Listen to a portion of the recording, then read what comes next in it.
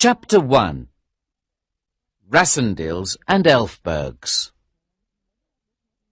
When are you going to do something, Rudolph? My sister-in-law asked me one day. What do you mean, Rose? When are you going to find some work? Work? I replied. I don't need to work. I'm a Rassendil. My family is one of the best in England. I'm rich. I don't need to do anything. Your brother works. Rose reminded me crossly. He works very hard. Just at that moment, my brother Robert came into the room. He looked at his wife. He could see that she was angry about something. What's wrong, dear? He asked. Rose is angry because I don't do anything, I explained. I told her I don't need to work. We Rassendils don't need to do anything.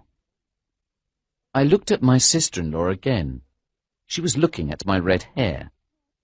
Perhaps she's also angry because I've got red hair, I joked. Rose blushed. Don't be silly, she told me. That's not your fault. But all the same, she went on, your red hair does remind people of that story about the Rassendils. It's a pity. Robert smiled at me. Of course, it's not his fault, he said cheerfully. He's got the nose as well, he added thoughtfully. I like my nose and I like my hair, I told them. I turned to look at the picture of Countess Amelia on the wall. Rose saw where I was looking. She became angry again. That picture, she complained to Robert. People will never forget the story if you don't take that picture down. People will never forget the story while Rudolph's here, Robert said. Look at his red hair and that nose. Then I decided to annoy Rose a little. Actually, I said, I like being an Elfberg. Rudolph! Rose cried. How can you say that? I'm sure you want to know why Rose was so angry about my red hair and my nose. I'll tell you the whole story. We Rassendils are a very old family. Old families have scandals, and we have a very interesting one. It all happened a long time ago, in 1733. The young Prince of Ruritania came to England that year. Prince Rudolph Elfberg was a tall man, and he had red hair and a long nose. He was a dashing figure and was popular everywhere he went. He was a good linguist, he could ride well, and he was an excellent marksman and swordsman. The prince stayed in England for a long time, and then something strange happened. One day he fought a duel with an Englishman. The Englishman's name was James Rassendil. Rassendil wounded the prince. The prince was not badly hurt, but he returned to Ruritania after the duel. A few months later, James Rassendil died. His wife, the Countess Amelia, had a son who was born after Rassendil's death. The baby looked exactly like Prince Elfberg. He had red hair and a long nose. Now everybody understood why Rassendil and the prince had fought a duel. Ever since that time, there have always been some Rassendils who have red hair and long noses. We call them Elfberg Rassendils. I'm an Elfberg Rassendil myself, you see. Rose did not like the old story of Countess Amelia and the Prince of Ruritania. It embarrassed her, almost as much as my Elfberg features embarrassed her. She thought that my features showed the weakness of character and the uselessness of my life. However, I thought that I had learnt quite a lot. I spoke fluent German, my French was very good, and my Italian was acceptable. I was good enough with a pistol, but not excellent. I could also ride any horse you gave me. I started to think about Ruritania over the next few days. I thought about Countess Amelia and the prince. It was a romantic story, I knew that the old king was dead. His son, another Prince Rudolf, was going to be the next king. I decided to visit Ruritania. I wanted to see the coronation of the young Prince Rudolf. I did not tell my brother Robert of my plan to visit Ruritania. I told him I was going to the Tyrol for a short holiday. I was very excited when I left England. I did not know that I was going on a great adventure. The greatest adventure of my life. Chapter 2. The Journey to Ruritania. I decided to stay in Paris for a night on my way to Ruritania. Paris is a lively city, and I enjoyed myself a lot. I spent the evening with two friends. One of them, George, worked in the British Embassy. We were three young men, and we talked about the beautiful women in Paris. Somebody mentioned Antoinette de Maubon. "I've heard of her," I said excitedly. "She's a famous beauty. What does she look like?" She's the most wonderful woman in Paris. George told me. You won't see her, I'm afraid. He added. She's leaving Paris tonight. He spoke quietly now. The Duke of Strelsau visited her in Paris, he said. "Really?" I replied. "I wonder where she's going." I knew that the Duke of Strelsau was the half-brother of Prince Rudolf of Ruritania. Perhaps Antoinette de Maubon was going to Ruritania as well. George went to the railway station with me the next day. I did not tell him I was travelling to Ruritania because I did not want anyone to know. I told him I was going to Dresden. There was a smartly dressed lady on the platform when we arrived. "Excuse me, Rudolf," he said. "I know that lady. I'll just go and say hello to her. I won't be long." He went to talk to the lady. He was smiling when he came back. "You're in luck," he joked. "That's Antoinette de Maubon, and she's travelling on your train. She's going to Dresden as well." I did not see Antoinette de Maubon again until the train arrived at Dresden. I got off the train there because I wanted to take the train for Ruritania. Then I saw her. Antoinette de Maubon got on the same train as me. She was travelling to Ruritania as well. Perhaps she was going to visit the Duke of Strelsau. As soon as we reached the Ruritanian border, I went to buy some newspapers, and the officer in charge of the customs house gave me such a stare that I was surer than ever of my resemblance to the Elfbergs. The train journey to Ruritania was a long one. I read some of the Ruritanian newspapers during the journey. There were lots of articles about Prince Rudolf and the coronation. The capital city, Strelsau, was full of people who wanted to see the ceremony. I did not want to stay in a crowded hotel, so I decided not to go to Strelsau. There is a little town called Zenda, about 50 miles from the capital. I decided to stay there until the day of the coronation. "I can travel into Strelsau every day on the train," I said to myself. "I can come back to Zenda every night. It's not very far." I got off the train at Zenda. There was a good hotel in the town. I was comfortable there. There was a lot of excitement in Zenda because of the coronation. Everybody was talking about Prince Rudolf and his half-brother, the Duke of Strelsau. I learned that the Duke owned the castle in Zenda. Everybody spoke very well about the Duke. They made less friendly remarks about Prince Rudolf. He had spent a long time away from the country, and very few people even knew what he looked like.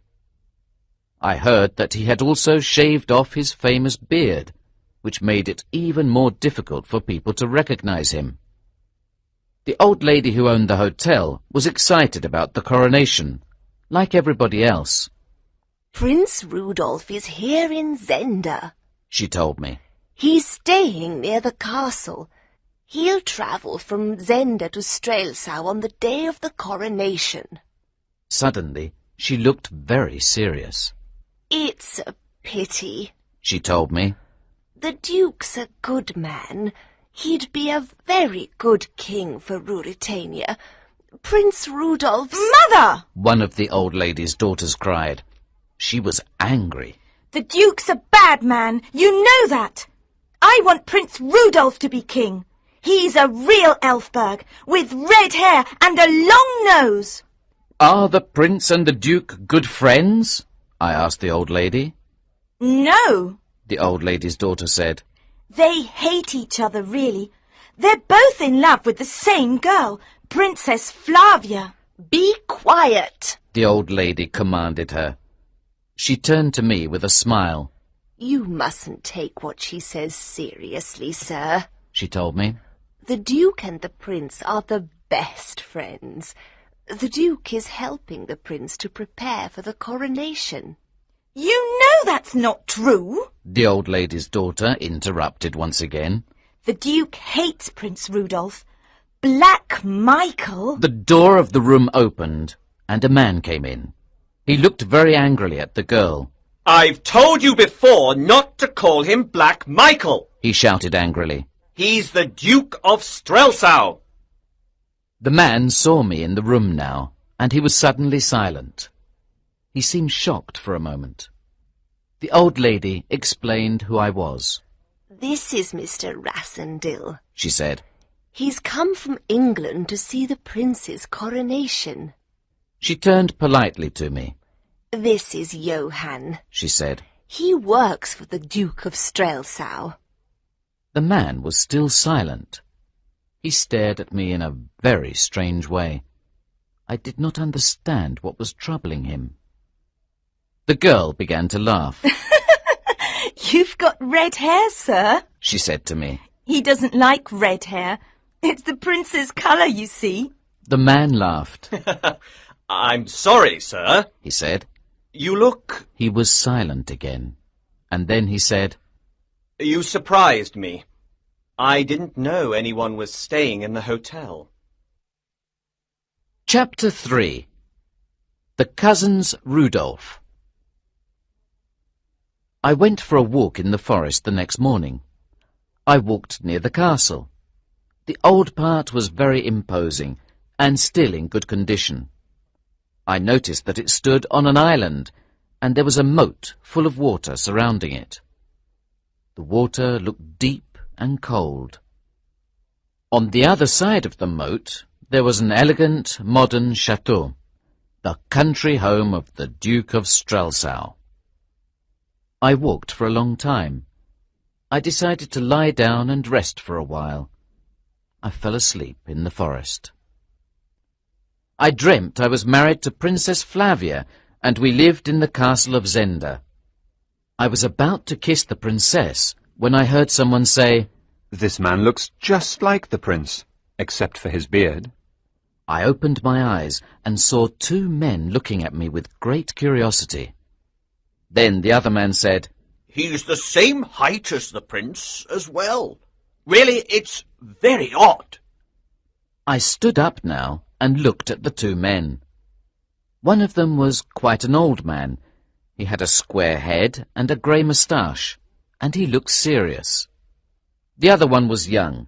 He had dark skin, and he seemed more friendly than the older man. The young man smiled at me. What's your name? He asked politely. Rassendyll, I told him. Rudolph Rassendyll. I'm Fritz von Thalenheim, He said. He pointed at the older man. and this is Colonel Sapt. He told me. We work for the prince. Colonel Sapt smiled at me now. So you're a Rassendyll. He said happily. You know the old story about the Prince of Ruritania and the Countess Amelia, I suppose? I smiled as well. I know the story very well, I told him. There was a noise behind some trees, and a man began to shout. Fritz! Fritz! Where are you? It's the prince. Fritz von Tarlenheim said. He's calling me. Now the man came forward. I looked at him in great surprise. He looked at me in great surprise. Prince Rudolf of Ruritania and Rudolf Rassendyll looked the same, except for my beard. I studied the prince carefully. The likeness was remarkable. He was a little shorter than me, and his face was a little fatter than mine. I also noticed that his mouth did not look as determined as mine. But for all that, we were nearly identical. For a moment, no one spoke. Then the prince turned to Fritz and Colonel Sapt. Colonel Sapt whispered something in the prince's ear. The prince listened carefully, and then he began to smile. Suddenly, he laughed very loudly. Ha ha ha ha ha! We're cousins, He said to me. I'm very pleased to know you, cousin. He added, Come and dine with me tonight. We'll talk of old times together. And you will stay at my house tonight, of course. Colonel Sapt stepped forward to speak to the prince again. He spoke seriously. The coronation is tomorrow morning, sir, He said. There is a lot to do before then. We have a lot of things to talk about. It's not the evening for a dinner with Mr. Rassendyll. Prince Rudolf looked angrily at Colonel Sapt. He did not seem pleased with the colonel's advice. I want to dine with Mr. Rassendyll, He said crossly. I want to drink wine with him. He's my cousin, and I don't meet a new cousin every day. That is how I came to dine with Prince Rudolf. We ate well, and we drank a lot of wine. Prince Rudolf drank more wine than anyone else. He was very happy because of the wine. It was a long dinner. I thought the evening was finished, but I was wrong. The servant, Joseph, brought another bottle of wine to the table. This bottle comes from the Duke of Strelsau. He told Prince Rudolf. He told me to give you this message. Drink this wine because you love me. That's what he told me to say, sir. What a good brother Michael is. Prince Rudolf cried joyfully. I'll certainly drink his wine. He reached for the bottle and poured a glass of the wine. He drank the glass quickly.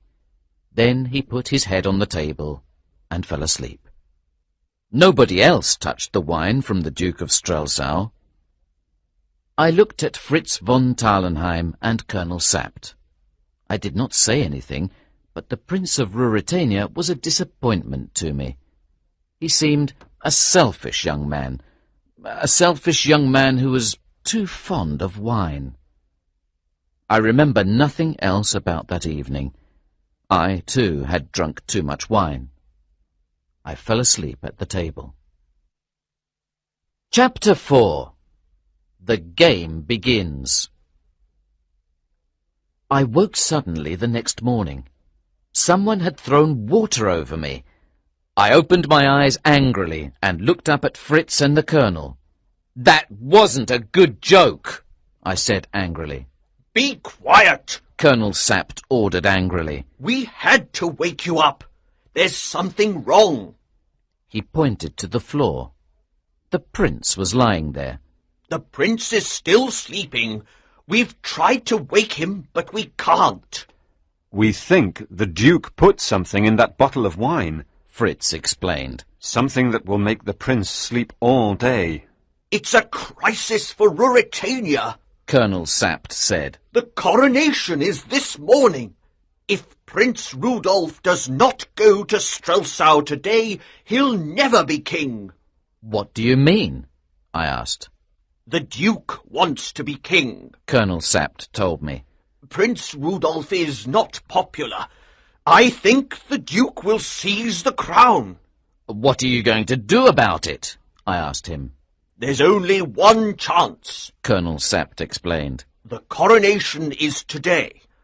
Prince Rudolf must go to Strelsau this morning. But if he's asleep, I began. You can go, Colonel Sapt said. You can be Prince Rudolph for the day. Me? I cried. But that's ridiculous. I don't know how to behave like a prince. I can't pretend to be the Prince of Ruritania. You look like the prince, except for your beard. Colonel Sapt said slowly. You can do it, Rassendyll. I know you can. I did not say anything. If you don't do it, the Duke will be the next king of Ruritania. Colonel Sapt went on. And he'll kill Prince Rudolph. Then I decided. I was young, and I liked excitement and adventure. Very well, I told the Colonel. I'll help you. I'll be the prince for a day. Well done! The Colonel cried excitedly. He shook my hand. There's a lot to do. Let's make a start. I got up and began to shave off my beard, while the Colonel told me his plan. I'll hide the prince in the wine cellar, he said excitedly. Then we all go to Strelsau together to the coronation, and you become king. Then we come back to Zenda. We wake the real king. He goes back to Strelsau with us the next day. And you, Mr. Rassendyll, you leave Ruritania very secretly. He paused. Then he clapped his hands together. Yes, it's a good plan, he cried. The Colonel picked up the prince and carried him to the door. He was very strong. He opened the door suddenly and then stopped. Johann's mother was standing on the other side of the door. Was she listening? Fritz asked quickly. I'll make sure she's quiet, the Colonel said grimly. The Colonel carried the prince into the wine cellar. Then he came upstairs again and seized hold of Johann's mother. He put a handkerchief in her mouth and tied her up.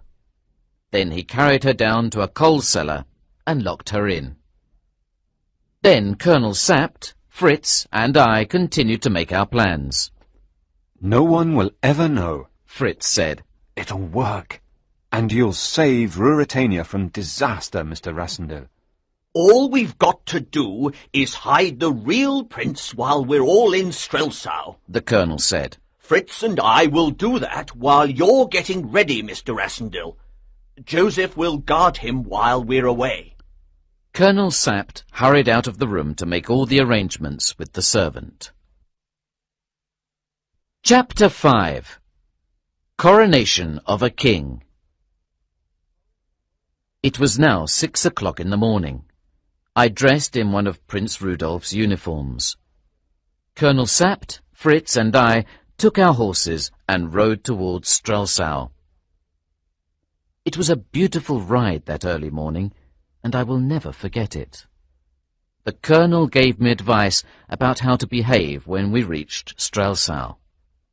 He told me about the things that Prince Rudolph liked, and the things he did not like. Don't worry, he said. I'll stand next to you all the time. I'll tell you what to say. We reached the railway station at 8 o'clock. At 9:30, we were in the capital city. Are you frightened? Colonel Sapt asked me. Don't worry about me, I told him. I'll manage. I think you will, the Colonel replied. You're a real Elfberg, Mr. Rassendyll. When we got off the train, the people surrounded us. They were excited to see their prince in front of them. They began to cheer and shout. Soon the station was full of noise and shouting. A party of important people were waiting for us. The commander of the Ruritanian army, an important-looking marshal, was also there with some soldiers. We all rode towards the cathedral together. First, we rode through the new part of Strelsau. The Colonel told me that the people in this part of the city were loyal to Prince Rudolph. They wanted him to be king. The crowds in the street cheered as we rode past. Suddenly, I looked up at one of the buildings. Antoinette de Maubon was standing in the window, watching the procession. For a moment, I was very nervous. I was sure she would recognize me and tell everyone that I was not the real prince. She did not do anything, however. Then we rode through the old part of the city.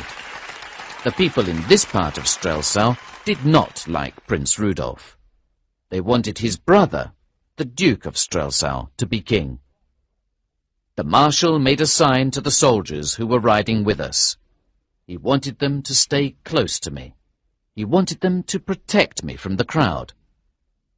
I decided that a real prince would be a brave man. "Why did you tell the soldiers to ride close to me?" I asked the marshal. For your safety, sir. The marshal replied. "I'm not afraid," I told the marshal. "I'll ride in front of the soldiers. I'm not afraid of my own people." Colonel Sapt put a hand on my arm. He did not like what I was doing. "I'll ride in front," I repeated. "Tell the soldiers to go away, Marshal." I rode out in front of the soldiers. For a few moments I felt like a real king. It was a wonderful feeling. Soon we arrived at the cathedral. It was a splendid building, and it was full of people. Everyone was wearing their best clothes for the coronation of their king. I do not remember much about the ceremony. It was long, and Colonel Sapt stood very close to me throughout it. He whispered to me all the time, telling me what to do. I saw Prince Rudolph's brother, the Duke of Strelsau, in the cathedral. He was very surprised to see me.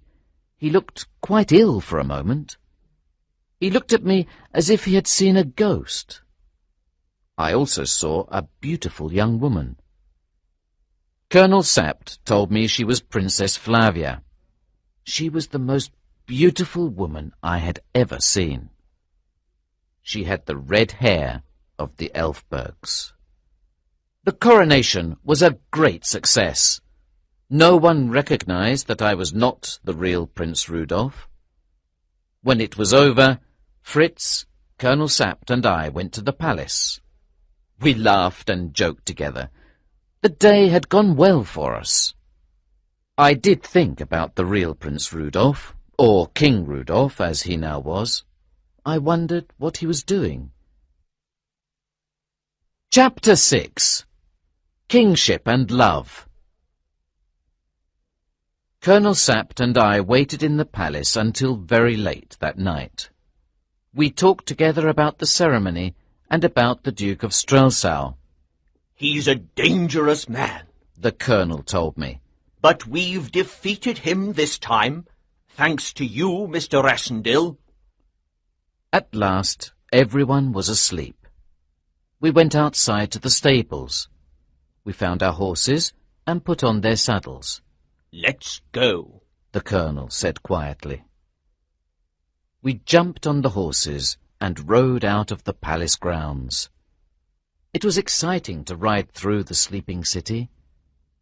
We rode all night on our way back to Zenda. Suddenly, we heard 2 horses following us in the darkness, the Duke and one of his men. We rode on very quickly and managed to lose them at a crossroads in a forest. We arrived at Zenda very early in the morning. We went straight to the house, and there we found a terrible tragedy. At first, there seemed to be no one in the house. Then we saw some blood coming from under the locked door of the wine cellar, where we had left the king. Perhaps the king was dead. We opened the door to the room. The servant, Joseph, was lying there. He was dead. We looked everywhere for the king, but we could not find him. "The Duke of Strelsau," the colonel said angrily. "He's been here." He pointed at the body of the servant on the floor. "This is the Duke's work," he exclaimed. "But where's the king?" I asked. "Do you think the Duke has killed him too?" "No," the colonel replied. "I think the king is a prisoner in his brother's castle." What do we do? I asked. Everything's changed now. The Colonel said thoughtfully. We must change our original plan. He thought for a moment.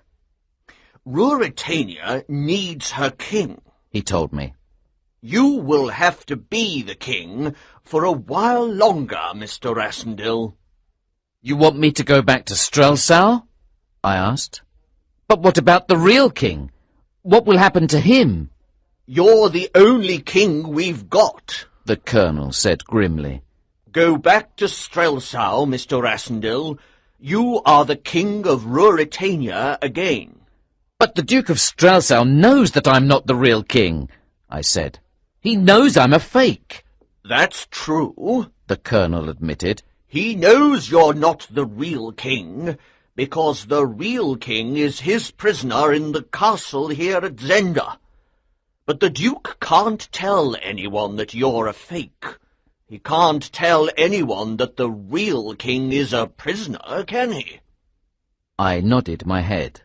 The Colonel was right. Do you think the king is in danger? I asked. Will the Duke kill him? Colonel Sapt looked at me very seriously for a moment.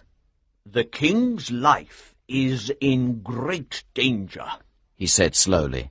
The Duke has already killed once. But if he does kill the king, he went on, you'll have to stay here. You're an Elfberg after all. Colonel Sapt and I went outside to our horses. We rode back to the capital. No one saw us enter the palace. The next day, the Colonel and Fritz told me more about the king. Do you remember Princess Flavia? The Colonel asked me. She was at the coronation. I remembered her very well. She was the beautiful girl I had noticed in the cathedral. The king's in love with her, Colonel Sapt told me. Princess Flavia is very popular with the people. Everyone hopes the king will marry her. Fritz looked impatiently at Colonel Sapt. He was young and very loyal to the king. He always wanted to be busy, to be doing something to help the king. The older man was also very loyal to the king, but he knew how to wait, how to be patient until the time for action came. When are we going to rescue the king? He asked impatiently. We can't sit here in the palace forever, Colonel. We must be patient, Colonel Sapt told him. The Duke won't kill the king while Mr. Rassendyll is here pretending to be the king. He'll wait and see what we do. We must wait, too. You know that some of the 6 are here in Strelsau? Fritz asked. The Colonel nodded. Yes, he replied. The Duke sent them here to spy on Mr. Rassendyll. Who are the 6? I said. They're the Duke's favourite soldiers. Fritz told me. They're the most dangerous men in the country, and they're very loyal to the Duke. They do everything he tells them to. 3 of them are Ruritanians, the Colonel explained. There's also a Frenchman, a Belgian, and an Englishman. But the most dangerous of the 6 is Rupert Hentzau. The 3 of us talked for a long time. Fritz and I wanted to do something to help the king, but Colonel Sapt told us to be patient. He said we could do nothing until we knew what the Duke was planning. Be patient, my friends, he said. The time for action will come soon. Very well, I agreed. We'll do nothing until you tell us, Colonel. But meanwhile, I'm the King of Ruritania. Let's enjoy ourselves this evening. We all went out that evening to visit Princess Flavia. Fritz told me that he was in love with one of the princess's ladies-in-waiting. Countess Helga is very beautiful, he said. We'll see her when we arrive. Princess Flavia was very happy to see me. She did not realize that I was not the real king. She seemed worried about something, though, and I asked her what was the matter. It's your brother, She said. I think Michael is dangerous. Please be careful, Your Majesty.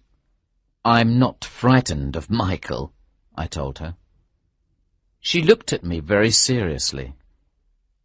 Your life is important to Ruritania, She told me. and to your friends as well. She added, with a tender look.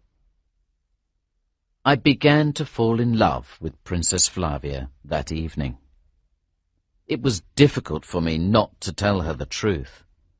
I wanted to tell her who I really was. But I was playing a dangerous game, and the king's life depended on me. I kept silent. Chapter 7. A Dangerous Meeting. The next morning, Colonel Sapt came into my room at the palace. He was carrying a letter for me. He looked at the writing on the envelope before he gave me the letter. From a woman, I think, He said with a smile. I wonder who it is. At first, I thought the letter was from Princess Flavia. I opened it excitedly and began to read. Your Majesty, I have important news for the king. Come to the old house in New Avenue tonight. Do not come with anyone else. Antoinette de Maubon. I handed the letter to the colonel. He read it quickly. You can't go, He decided. Antoinette de Maubon is a friend of the Duke's. They want to catch you alone and kill you. I must go, I argued. She says she has important news. Perhaps she wants to help us. I forbid it. The colonel said angrily. The Duke's men will kill you if you go to this meeting tonight. I'm going, I announced firmly. If you try to stop me, I'll go straight back to England. Colonel Sapt looked at me in surprise. He was beginning to understand me. We Rassendils can be very stubborn. All right, He agreed at last. you can go if you want to, but I'm going with you, Mr. Rassendil. The colonel and I left the palace very secretly that night. We were both carrying pistols in our pockets. We went to the old house in New Avenue, and I left Colonel Sapt at the gate. I entered the grounds of the house and saw someone in the summer house. I walked across the garden to the summer house. Antoinette de Maubon turned to greet me when I entered. She was very pale and nervous. You're in danger, Mr. Rassendil. She told me quickly. Michael forced me to write that letter to you. I didn't want to do it. His men will be here in a few minutes. They want to kill you. Then they're going to say the king is dead. They'll arrest all your friends, and Michael will be the new king. You must escape from here. Go quickly. I did not move. Why are you telling me this? I asked her. Michael's your friend, isn't he? She looked at me unhappily. I love him, She said sadly. but I know he'll marry Princess Flavia if he becomes king. That's why I'm helping you, Mr. Rassendil. Suddenly, I heard a noise outside in the garden. I turned towards the door of the summer house and locked it. I could see 3 men standing outside in the garden. 3 of the 6. One of them began speaking softly in English. It was the Duke's man, Detchard. We just want to talk, He said. We've come from Duke Michael. He wants to make you an offer, Mr. Rassendil. What kind of an offer? I asked. The Duke wants you out of the country. The man said. He'll give you £50,000 if you leave Ruritania. Antoinette de Maubon moved close to me. She put her hand on my arm. Don't trust them, She whispered urgently. I moved very quietly away from the door of the summer house. I picked up a small tea table. "All right," I called. "I'm coming out now." I held the tea table in front of me and ran out of the summer house into the garden. I pushed 2 of the Duke's men onto the ground as I ran past them. Then I heard Detchard shouting. He fired a pistol at me, but it missed. I turned and fired my pistol. He gave a cry of pain. I continued running. Colonel Sapt was waiting for me when I reached the road. What happened? He asked. I thought you were dead when I heard the shooting. We went back to the palace. When we arrived, I told him everything that had happened in the summer house. Chapter 8. A King's Love. The days that followed were very difficult for me. I saw Princess Flavia very often. Each time I saw her, I loved her more. She, too, seemed to love me more each time we met. I remember that there was a ball one night, and I gave Princess Flavia a red rose. I behaved like all young men when they are in love. You're different, Rudolph. She told me once. You changed when you became king. You're a new man. I wanted to tell her who I really was. I wanted to tell her that I was not the King of Ruritania. I wanted her to love Rudolph Rassendyll, not the King of Ruritania. Sometimes I imagined the future. Will I always have to pretend to be the king? Will I marry Princess Flavia? Will she become my queen? One day she and I were talking. She said to me, You are the king. Why can't you be an ordinary man? Then I'd show you how much I love you. Would you really love me if I were an ordinary man, Princess? I asked. Do you love me that much? Of course I do, she said. Her words made me very happy. I decided that I could not go on lying to her any more. I loved her. I wanted to tell her the whole truth about myself and the King of Ruritania. I decided to speak. Princess, I began, I want to tell you something. I am... Just at that moment the door of the room opened and Colonel Sapt came in. He looked angrily at me. Forgive me, sir, he said. I need to talk to you about something important. One moment, Princess, I said. I left the room and followed Colonel Sapt. He was furious with me. I heard everything you said, he told me. You were going to tell her the truth. Be careful, he warned me. The king's life is in your hands, Mr. Rassendyll. Princess Flavia was not the only person who liked the new king. The people seemed happy with me as well. I was becoming popular as the King of Ruritania. I spoke about this to Colonel Sapt one evening when we were alone together. You know, Colonel, I said, I'm a good king. The people like me. I could stay here and pretend to be the king forever. No one could stop me. The Colonel smiled. It's true, he agreed. No one could stop you. But I know you're a man of honor, Mr. Rassendyll.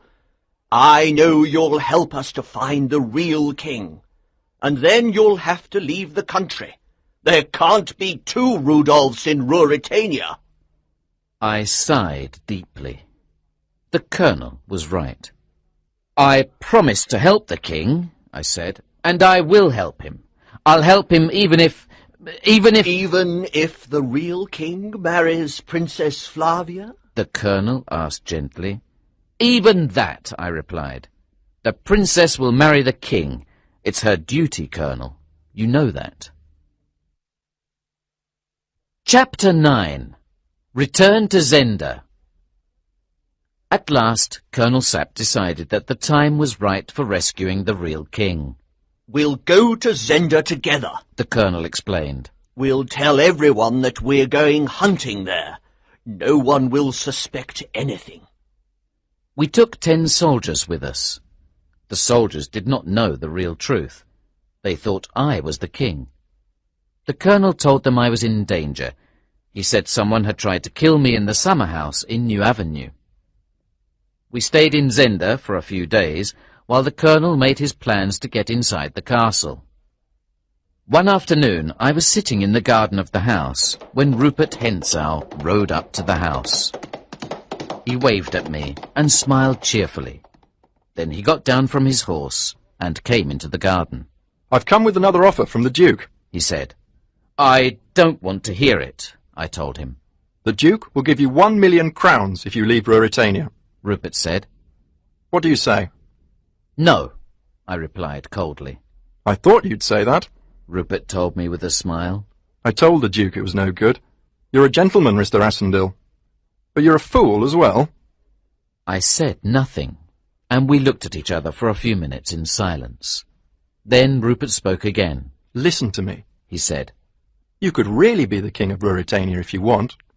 My friends and I will help you. Being king is fun, isn't it, Mr. Rassendyll? And the king will marry Princess Flavia, won't he? I still said nothing. We'll help you, and you help us, he went on. I want to be the Duke of Strelsau. I like the Duke's castle, and I like his lady as well, he laughed. Antoinette de Maubant's a beauty. No, I said again. I promised to help the king, and I'll keep my promise. I like you, Rassendyll, Rupert said. He spoke in a friendly way. I don't want to be your enemy. Shake my hand before I go. You're a brave man. He put out his hand for me to shake. He was smiling. Suddenly, he took out a dagger from his coat. He stabbed me in the arm with the dagger. I cried out in pain, and the soldiers ran into the garden. Rupert Hentzau jumped onto his horse and rode away.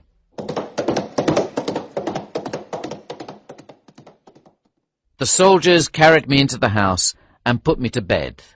My arm was very painful. That evening, Fritz came to the house to see me. He brought someone with him. I recognized Johann, the old man from the hotel in Zenda. I remembered that Johann worked for the Duke of Strelsau. The three of us talked together, and Johann agreed to work with us. He knew the king was a prisoner in the castle. He was afraid of the Duke, he told us. Johann told us that the king was still alive, but he was very ill. He'll die soon, Johann told us. There are 2 secret rooms in the castle, he explained. They're holding the king in one of the rooms. 2 members of the 6 are in the other room. The Duke has told them to kill the king if anyone tries to rescue him. What will they do with the king's body? I asked him. If they kill him, we'll find his body. Everybody will know the Duke's a murderer then. They've got a plan, Johann told me.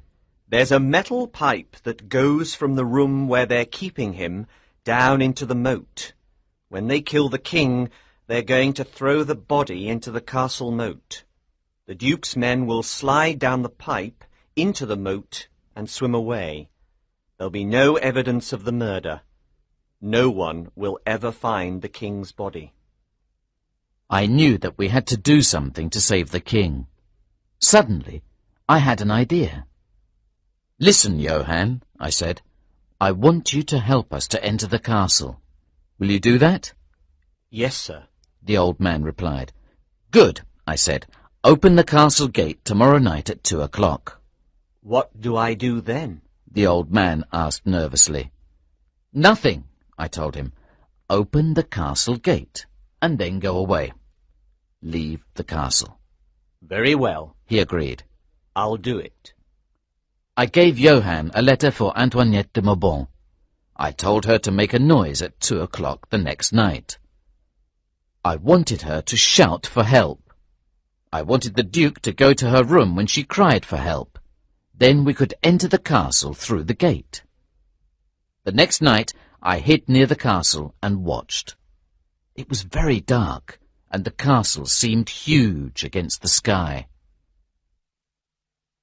Chapter 10. Rescue. When it was nearly 2 o'clock, I entered the castle moat. The water was cold. I swam to the metal pipe under the king's cell. It was very close to Antoinette de Maubant's room in the castle. I looked up at the castle. There was a light in Antoinette de Maubonne's room.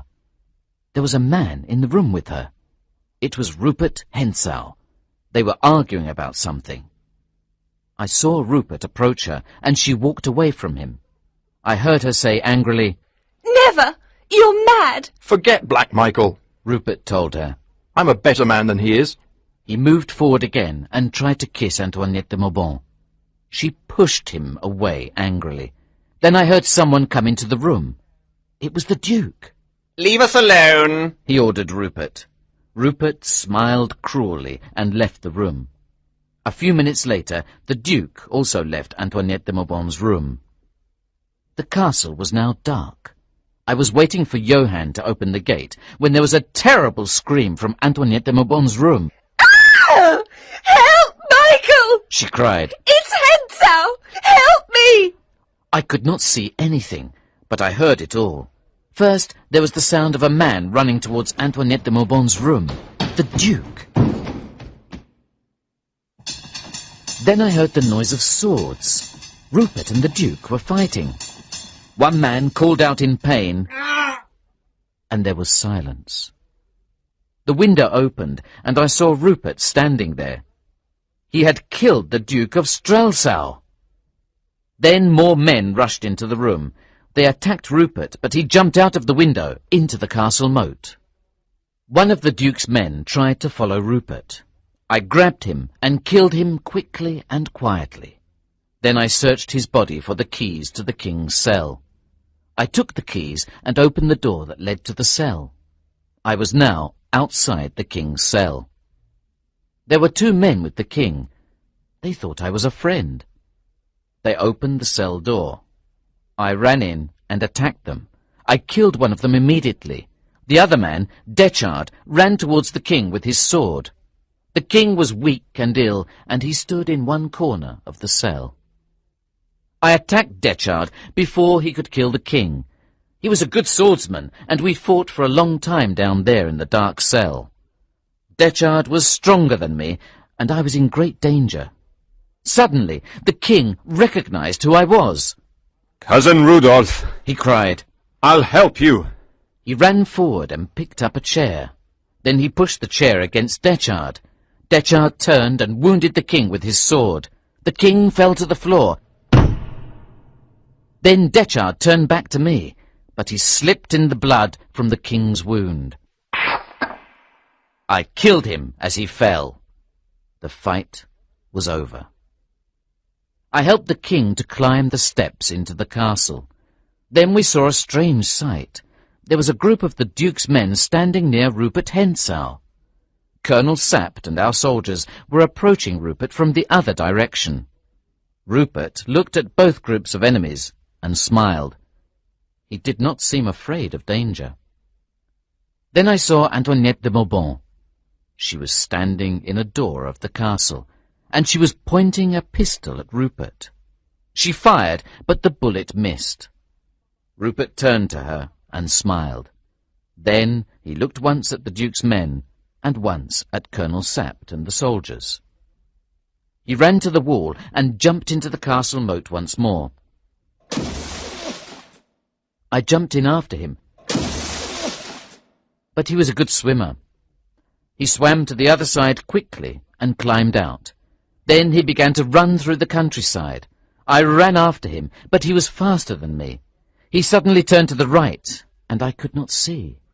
Then I heard a scream. Ah! It was a woman's voice. I ran as fast as I could towards the sound. Then I saw Rupert. He was pulling a young girl off of her horse. He pulled her to the ground, kissed her gently, and jumped onto the horse. He rode up to me. What happened in the castle? He asked. I killed 3 of your friends, I told him. And the king? He asked. The king is hurt, I replied sternly, but I think he will live. I killed your friend, Detchard. You're a fool, Rupert said in a friendly way. One more thing, I told him. I saved your life. I was behind you on the bridge with a pistol. He looked at me in surprise. Now get off the horse, I said angrily. Come and fight me like a man. I ran towards him and hit him. I was furious. He defended himself, and I think he would have killed me there and then, except for a sudden noise. Someone was coming towards us on a horse. I turned and saw that it was Fritz. He was carrying a pistol. Rupert looked at Fritz. He stopped fighting me. Au revoir, Rassendyll, he said. Then he rode away, laughing. Back at the castle, the king was now lying in Black Michael's own room. His men sent a message to Princess Flavia that he was safe. She now hurried to Zenda to see him. The princess immediately set out for Zenda in her carriage. She arrived just as Fritz and I were approaching the castle. Fritz gave me a sudden look. I understood that Princess Flavia must not see me. I hid behind some bushes near the road. Just at that moment, the young girl, whose horse Rupert had taken, came forward. She ran up to Princess Flavia. "The king is here, Princess!" she cried. "In the bushes!" Nonsense! One of the soldiers told her. The king is in the castle. "He's here, I tell you!" The girl cried. "He's here with Count Fritz!" How can the king be in two places? Princess Flavia asked. Or are there two kings? Colonel Sapt now appeared. He told the princess that the king was in the castle. But this girl says he's here, in the bushes. The princess told him. Colonel Sapt smiled at the girl. Every fine gentleman looks like a king to a simple girl like her, he said. I'll see this man, the princess decided. Then come alone, Colonel Sapt advised her. A few minutes later, Princess Flavia and the colonel were standing over me. It is the king! She cried excitedly. She moved forward to kiss me. It is not the king, Colonel Sapt told her. You cannot kiss this man, Princess. Of course he's the king, Princess Flavia cried. It is the king's face. It is my love. Your love, Princess, the colonel said slowly. But he is not the king. Why do you let them torture me? The princess asked me. Tell me what it means. I looked at her sadly for a moment. Then I spoke. I am not the king, I said sadly. Chapter 11. Epilogue. That night I went to see the king. He thanked me for my loyalty. You have been a good and dear friend, cousin, he told me. I will try to be a good king. You have shown me how a good king behaves. Fritz and I left the king. Fritz seemed in a hurry, and he led me quickly to another part of the building. Where are we going? I asked him. We're going to see Princess Flavia, he told me. She heard that the king was here, and she came to see him. He coughed awkwardly. Colonel Sapt has told her everything.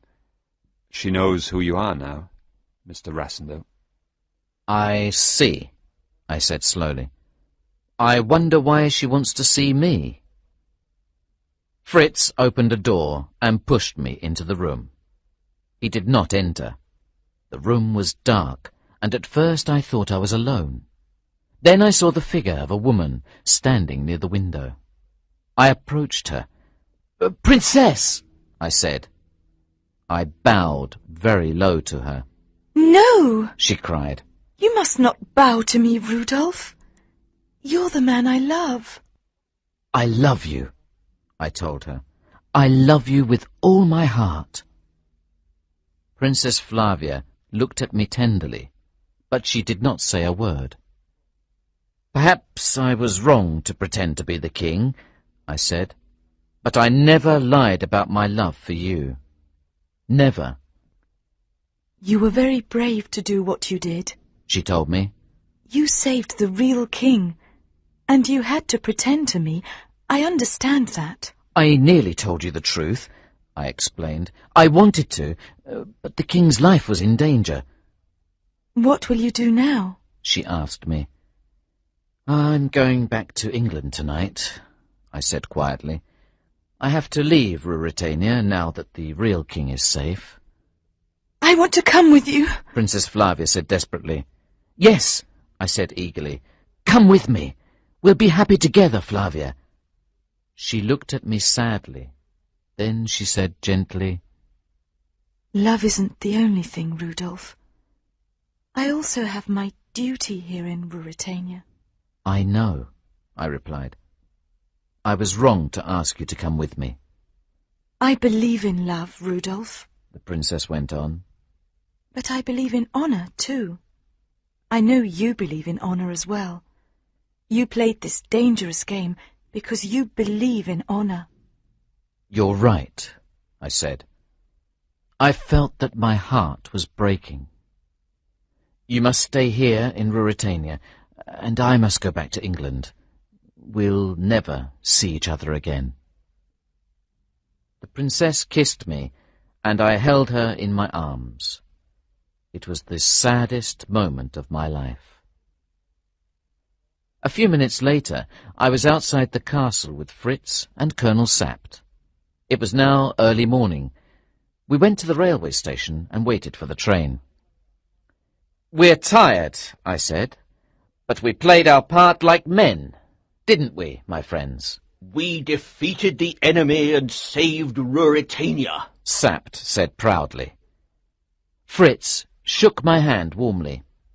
The right man is not always the real king, he said. Soon the train arrived, and I found myself an empty carriage. I looked out of the window to wave goodbye to Fritz and Colonel Sapt.